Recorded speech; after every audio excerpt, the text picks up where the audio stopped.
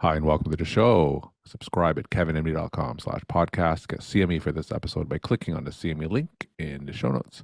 Today, we welcome Christian Lillis. He is the executive director of the Peggy Lillis Foundation for C. diff education and advocacy. His Kevin MD article is titled Evaluating Conferences Stands on States Limiting Care for Women and the LGBTQ Community.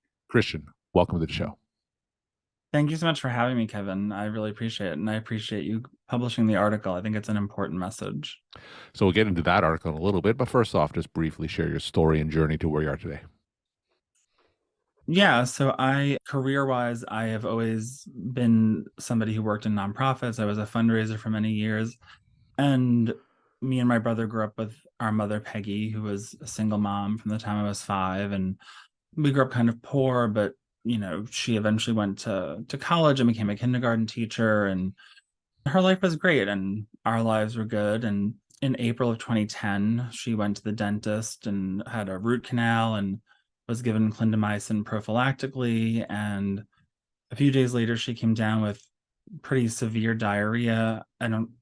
She didn't really communicate the severity of it to us at that time. And at first, we thought, she's a kindergarten teacher, she caught something from the kids, like no one was really that concerned about it. But it persisted for a few days, and she spoke to her doctor, and her doctor gave her a prescription strength antidiarrheal. And still, even with that, she was having sort of breakthrough diarrhea.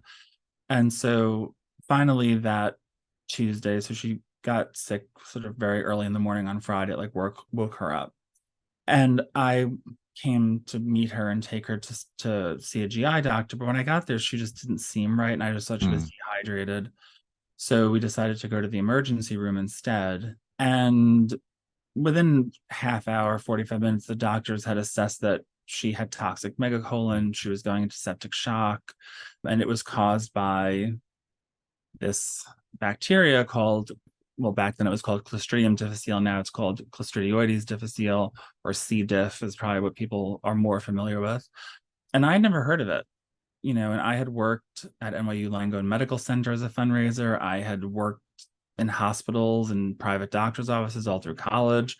So it was shocking. And despite the best efforts of the doctors at that hospital, which is just a local hospital here in New York, not an academic medical center, she passed away the next night at 7 p.m. from sepsis. And we were very close to our mom. I have a younger brother named Liam, and he's coincidentally a plumber for one of the big hospitals here in New York. And I mean, devastated doesn't begin to express it. I mean, it's been 13 years. I can I can talk about it better than I used to, but we just didn't understand how this thing that we'd never heard of came along and kind of snatched our mother away from us. And my mom had 8 siblings and had 18 nieces and nephews, and she was a very popular person. She was very well known in our community. And me and my brother, I don't actually recall, like grief can kind of mess with your memory. I don't actually recall us deciding to start Peggy Lillis Foundation, but she passed away on April 21st. And by like July, we had a date for the first fundraiser. We're handing out cards. Yeah. And it was because the more we dug into it, the more we realized how many people this affects. Back then the estimate was about 14,000 people a year. Now, whether it's the direct cause or contributing cause, it's around 30,000. And, post-COVID, that doesn't seem like that high a number, but it's more people than HIV at this point, and it's more people than drunk driving even. So, I think if she'd been in a fatal accident, like a car accident, we would have, raised money for MAD, or, we would have, but there was literally nothing out there for patients. And with my background and our big family and our network of people who really wanted to do something in her memory, we decided to start the Peggy Lillis Foundation. So through your advocacy work for C. diff, tell us some of the main misperceptions about C. diff that you commonly encounter and want to clear up. So the two biggest ones are that it's only something that affects the elderly and immunocompromised. That was true probably until the late 90s, early 2000s, when a new strain developed that was much more virulent and deadly, the NAP1 strain. And then the other one is that it's a hospital problem. Mm. So certainly there are issues with people getting C. diff in hospitals. And, as you know, as a doctor, there's a lot of things that go on at a hospital, whether it's surgery or chemotherapy, or that require people to be on antibiotics, right? Which is a big risk factor for C. Yeah. diff. But over the past 10 years, certainly since we started this, there's been a shift to much more community-acquired C. diff, where people are younger are getting it, people who sometimes they haven't even taken antibiotics, though, of course, there's antibiotics in our food. There's, Yeah. there's a lot of ways that we get antibiotics into our bodies. But the two would be like, this can happen to anyone, and it does happen in the community. They think about it's approaching maybe half of all of them are in the community. So those are two things that I think, especially for healthcare workers who maybe haven't thought that much about C. diff since medical school, their residency, because they don't work in a specialty that sees that. Oftentimes we hear from people that they go to their doctor and their doctor doesn't even test them for it because they're 45, and it doesn't occur to the doctor that they could have C. diff. So those are two big ones. All right, let's talk about your Kevin MD article titled Evaluating Conferences Stands on States Limiting Care for Women and the LGBTQ Community. So tell us, how did your article come together? So I'm gay. I don't think that's shocking when people hear me talk for a while, but even back in high school and in college, I was kind of an activist around those issues. And my mother was certainly regarded herself as a feminist, and I do consider myself one as well. And I had agreed to speak at the Making a Difference in Infectious Diseases conference, which our audience may be familiar with. And I've spoken there before. We've had advocates, C. diff speak there. It's a great conference. It's mostly ID pharmacists, but they're kind of growing who goes to it. And at the same time, in the background, in the last year, something like 500 plus laws have been introduced to either ban drag performances, to ban gender-affirming care for trans teenagers. And then the ones that are most troubling, though all of them are troubling, are these freedom of conscience laws, which basically say that, if you're religious or have strongly held beliefs, then you don't have to, if you're a physician or a healthcare worker who has strongly held beliefs or a religious conviction, you don't necessarily have to provide care that doesn't align with your beliefs, and nor do you have to treat people who don't align with your beliefs. I mean, the laws are written so broadly that they could be interpreted very drastically. And so at that point, the conference was in Florida, just kind of the beacon of all of these things. I was really torn. I was very close to canceling speaking, but I mentioned earlier that I'm a fundraiser. I've been planning events for hundreds of people for years and years, and I understood that the conference organizers had booked the hotel a year ago. Like, these things take a long time to plan. And so I decided, I was going to go and I was going to talk to them, and I was going to talk, to the people there and sort of get their read on it. But probably in the last 15 or 20 years, like, it's never occurred to me that, like, my being gay and somebody who I think is kind of visibly gay, if I'm speaking and talking and walking around, like, that if something happened to me, maybe somebody wouldn't help me.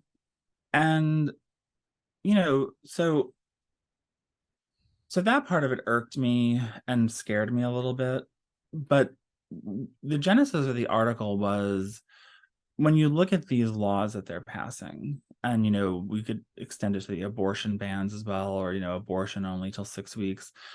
This is, politicians, often cynically, in my view, getting in between patients, healthcare workers, and their physicians. And they are trying to tell doctors and nurses and other providers, like, what they can and can't do, not based on the medical consensus, but based on a religious conviction, a belief that this is going to help them win an election. And that part of it, to me, is very, very cynical. And to me, I think that professional societies who spend all of this time and energy developing guidelines, adhering to guidelines, teaching guidelines, to have, frankly, a bunch of people who aren't doctors or nurses or healthcare workers dictate what you can and can't do, is just not something that those societies should support.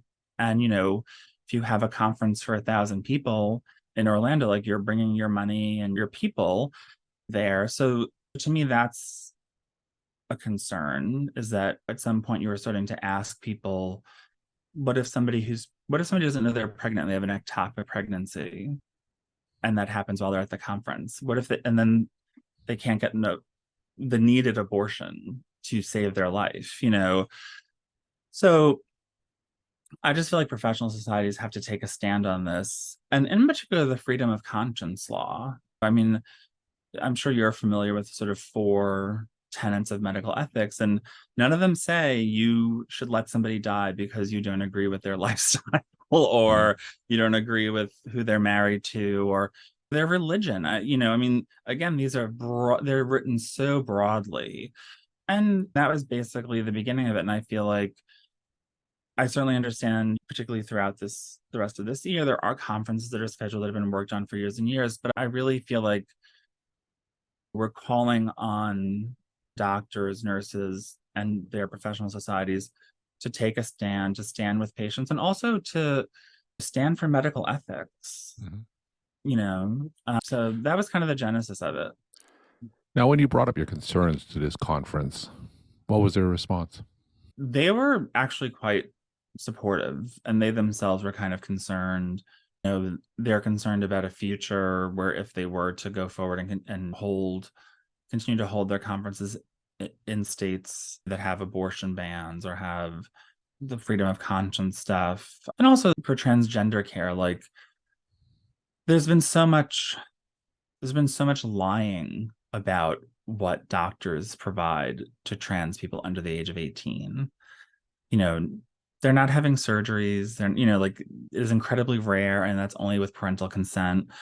And I think especially with what happened around COVID and the pandemic, where there was so much misinformation, and I think that people are concerned and they want to make sure that, like, there's integrity around medicine and that they are not supporting a place that would interfere with their ability to practice medicine or would potentially bring harm to the people attending their conference. So they were very receptive to the argument. And I think the big thing is, like, where's the line? Sure. Right? Because I mean, I did research for this article, and like every state, including New York, has had some bill introduced, right? So I think we have to look at, like, what are the things, whether it's a ban on trans affirming care, a ban on abortions, the freedom of conscience things, I think are really concerning. And I think that's what medical societies have to evaluate and say, if you have these laws in the books, we're not going to come to your state. Just for some context. So you mentioned Florida, of course, of a state with freedom of conscience laws. So how many other states in the country have freedom of conscience laws in the books? I believe there's 3 others that have gone into law, but there are many that have been introduced. And I think one of them was vetoed. I think the one in Wisconsin was or Michigan. One of them, the Democratic governor vetoed it, and they didn't have the numbers to override the veto. But even something like, because we were talking about Florida, but even something like "Don't Say Gay," I'm Generation X. So, like, we didn't get a lot of sex education in high school to begin with, or middle school. And if you can't say gay, and if you can't talk about reproductive and sexual health in just the course of doing normal sex ed, like, it's not, maybe not be a shock, but like, gay people have sex somewhat differently than straight people, and we deserve to have education that helps us protect ourselves, stay safe, not transmit infectious diseases to each other. And again, that's something that I think medical society should stand with. So you run a lot of events, or you're very familiar with how these events are run. In your ideal world, tell me, how should they proceed going forward? I think there's 2 things. We've certainly seen individual doctors, and a couple of the societies, like the Endocrine Society, has been very vocal around the anti-trans affirming care laws. I think we've seen some society step forward around the abortion bans. So I think we need the professional societies to take strong stances against these kinds of laws. Because, I mean, I'm going to make the slippery slope argument, but it's a slippery slope, you know? Like, what is gender affirming care? Is it Viagra? Is it a hair transplant? Like, is it hormone replacement therapy for women who are post-menopause? Like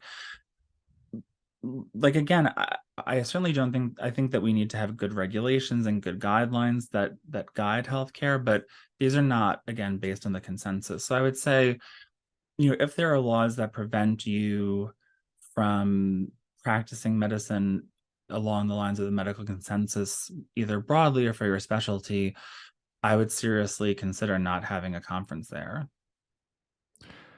So you mentioned the Endocrine Society as one taking strong stances. In general, is that the norm among other medical societies? I have to admit, I haven't done it. I've sort of lasered in on the ones that were related to trans stuff. I mean, I think the AMA has made a statement about some of this stuff, but I do understand the reticence to sort of become a political actor as a professional society.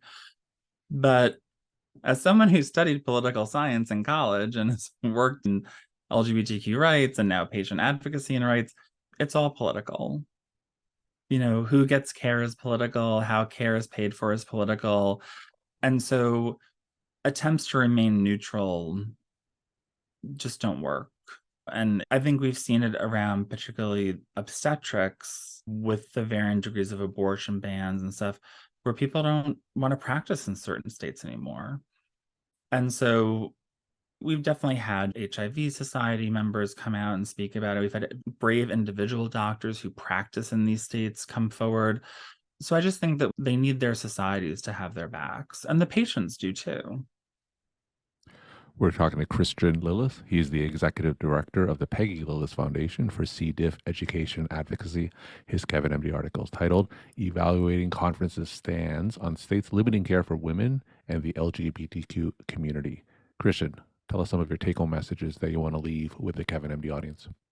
So I have two things. So your audience may or may not be aware that for C. diff, we recently had two new, I would say they're treatments, but the FDA says they're preventative. So I'll go with the FDA. But we've had two microbiome therapeutics or microbiome preventatives approved by the FDA, one last year and one this year. And one of the things that it's made me realize is the degree to which culturally we expect infectious diseases to be treated cheaply. And whereas another disease, like maybe if you're in oncology or hip replacements, like there's a whole range of things where like no one bats an eye at a 5 to 6 figure price tag for that treatment. But things like antibiotics and now these new microbiome therapeutics, like they save people's lives. With C. diff in particular, like every time you get a recurrence, you are more likely to end up in septic shock and you're more likely to die. And so for these drugs to interrupt that rate of recurrence and to give people back a healthy gut microbiome, their lives, their ability to go to work, like, to spend $10,000, $15,000 on those drugs, I think makes sense. And I think if we look at the antibiotic market, we're having such a hard time getting new antibiotics developed because it costs $1 billion. And if we're not going to sell them, and if everyone expects to get a Z-Pack for a $5 copay, that's not a market that's going to, like, I mean, I've even had, some docs that are like, I'm for single payer now because they're just kind of exhausted by all of the hoops they have to jump through. So I think one of the lessons we should take from COVID is like, we need to prioritize preventing infectious disease, treating infectious disease, and making sure that we keep that in the same way that we keep chronic diseases.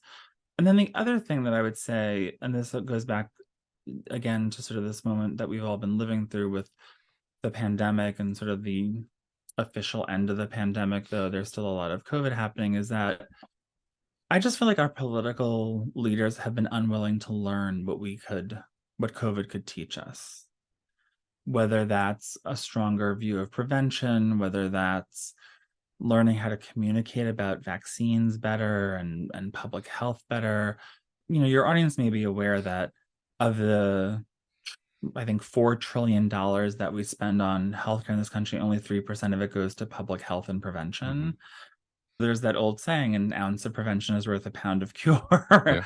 And so, I think we have to fight to ensure that there's not amnesia, that we don't forget what happened. And, we started Peggy Lillis Foundation because my mother died, and we've lost over 1 million people to COVID. We have millions of people with long COVID. And so I think what I'd like for us to all do is to understand that infectious diseases are still a serious threat, even if you live in a sort of post-industrial country. And we need to take them seriously. We need to educate the public about them. And we need to make sure that, that there are antibiotics in the future. I'm sure every doctor who listens to this at some point needs to prescribe an antibiotic. And we're on a course to not have new ones. So, yeah, those are my two big takeaways. Christian, thank you so much for sharing your time and insight. Thanks again for being on the show. Thanks for having me.